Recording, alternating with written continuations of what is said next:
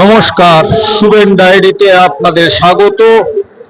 আপনারা অনেকেই জানেন, দীর্ঘদিন পর 26শে বিধানসভা নির্বাচনের আগে বাম দলগুলো বঙ্গে নিজেদের ভাসিয়ে তোলার চেষ্টা শুরু করে দিয়েছেন। তার প্রথম পদক্ষেপ, বামেদের 4টি সংগঠন আজ ব্রিগেড সমাবেশের ডাক দিয়েছে। সেই সমাবেশে ইতিমধ্যেই রাজ্যের বিভিন্ন প্রান্ত থেকে হাজার হাজার মানুষ শহরে এসে পৌঁছচ্ছেন।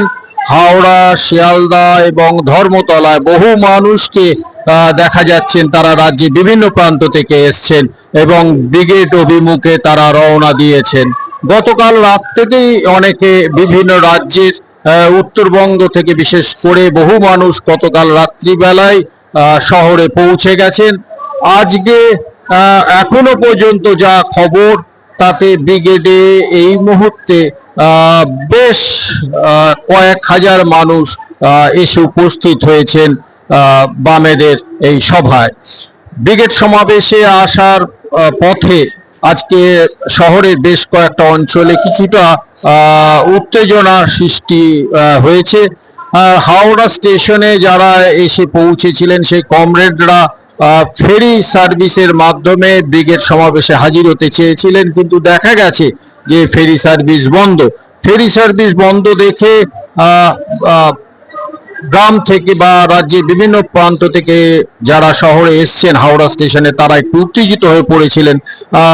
শেষ পর্যন্ত প্রশাসন এবং বামদের কয়েকজন নেতা এসে অবস্থা সামাল দেন। সেইখান থেকে দাবি ওঠে, যদি ফেরি সার্ভিস চালু না করা হয় তাহলে তারা হাওড়া ব্রিজের ওপর দিয়ে মিছিল নিয়ে তারা ব্রিগেডে হাজির হবেন এবং সেই ক্ষেত্রে যদি শহরে যানজট সৃষ্টি হয় তার জন্য দায়ী থাকবেন প্রশাসন। একই সঙ্গে বহু কমরেডদের অভিযোগ যে তারা গ্রাম থেকে বা বিভিন্ন প্রান্ত থেকে কলকাতায় আসার সময় তাদের বাস, লরি, ম্যাটাডোরে বাধা সৃষ্টি করেছে। তারা যাতে কলকাতায় আসতে না পারেন, ব্রিগেড সমাবেশে উপস্থিত না থাকতে পারেন, তার জন্য রাস্তাতে তাদের আটকানোর চেষ্টা করা হয়েছিল এবং অভিযোগের তীর সেই তৃণমূলের দিকে এবং স্বাভাবিকভাবে তৃণমূল এই সমস্ত অভিযোগ অস্বীকার করেছেন। ইতিমধ্যেই আপনাদের জানিয়েছি যে ব্রিগেডে বেশ কয়েক হাজার মানুষ উপস্থিত হয়ে গেছেন। আর কিছুক্ষণ বাদেই ব্রিগেড সমাবেশ শুরু হবে। আমরা দেখছি মোহাম্মদ সেলিম ব্রিগেডে এসে হাজির হলেন, আস্তে আস্তে শীর্ষ নেতারাও হাজির হবেন। দেখা যাক আজকে এই ব্রিগেড সমাবেশ থেকে বাম নেতারা কি দিক নির্দেশ করেন তাদের কমরেডদের প্রতি। দেখতে থাকুন শুভেন ডায়েরি। ভালো লাগলে শেয়ার করুন, সাবস্ক্রাইব করুন। আমরা পরবর্তী ছবি আপনাদের এই সমাবেশে তুলে ধরার চেষ্টা করব। নমস্কার। কোথা থেকে এসেছে? আমরা মুর্শিদাবাদ থেকে এসেছি। আজকে মূলত কি কি দাবি রয়েছে? আজকের দাবি হলো ফসলের লাভজনক দাম, কৃষকের ফসলের লাভজনক দাম দিতে হবে। 100 দিনের কাজ যেহেতু বন্ধ হয়ে গেছে, 100 দিনের কাজ যাতে 200 দিন হয়, এই দাবি নিয়ে আজকে ব্রিগেডের সমাবেশে আমরা এসেছি। রেশন নিয়ে যে দুর্নীতি হচ্ছে, এই দুর্নীতির তীব্র ধিক্কার আমরা জানাতে এসেছি। আজকে যে চাকরিহারা 26,000, প্রায় 26,000 ছেলেমেয়েদের বা শিক্ষকদের জীবন নিয়ে যে খেলা করছে এই রাজ্য সরকার, যারা মানে যোগ্য চাকরি প্রার্থী, যোগ্য শিক্ষক, তাদের চাকরি অবিলম্বে তাদেরকে চাকরির যে আওতায়, সেই আওতায় নিয়ে আসতে হবে। আপনার নাম?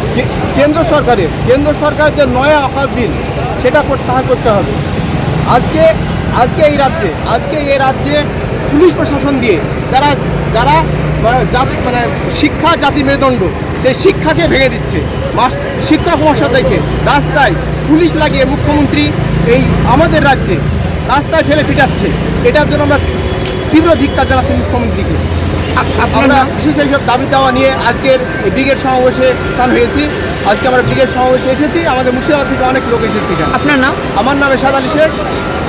আমরা দমকল মুর্শিদাবাদ থেকে এসেছি।